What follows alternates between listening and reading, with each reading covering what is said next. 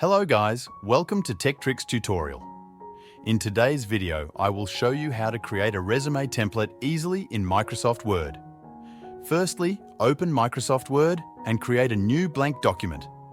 Go to the Insert tab in the ribbon at the top of the screen. Click on Shapes and choose a rectangle shape. Draw a rectangle on the page to create a header for your resume. Next, click on the rectangle shape to select it. Go to the Shape Format tab that appears and set the size of the rectangle to 11.83 inches wide by 3.24 inches high. You can adjust these dimensions based on your preference.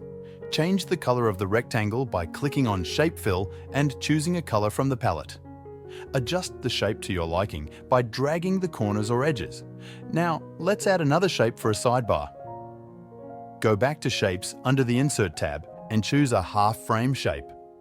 Adjust the shape according to your liking. Reduce the thickness of the shape outline if needed and flip it horizontally to align it on the right corner of your resume. Insert your profile picture by clicking on Insert as Pictures. Select your picture and click Insert. Crop the picture to a round shape by clicking on the picture, then on the Format tab that appears, click Crop and choose the oval shape. Adjust the cropping handles to crop the image into a circle. Next, insert a text box by clicking on Insert Text Box. Draw a text box inside the header area, remove any background color and border, and type your name.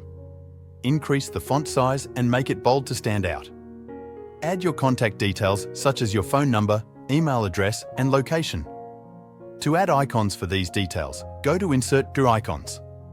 Search for icons related to phone, email, and location and insert them next to each corresponding detail.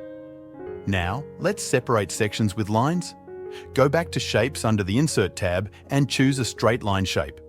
Draw a line to divide sections like Skills and Education.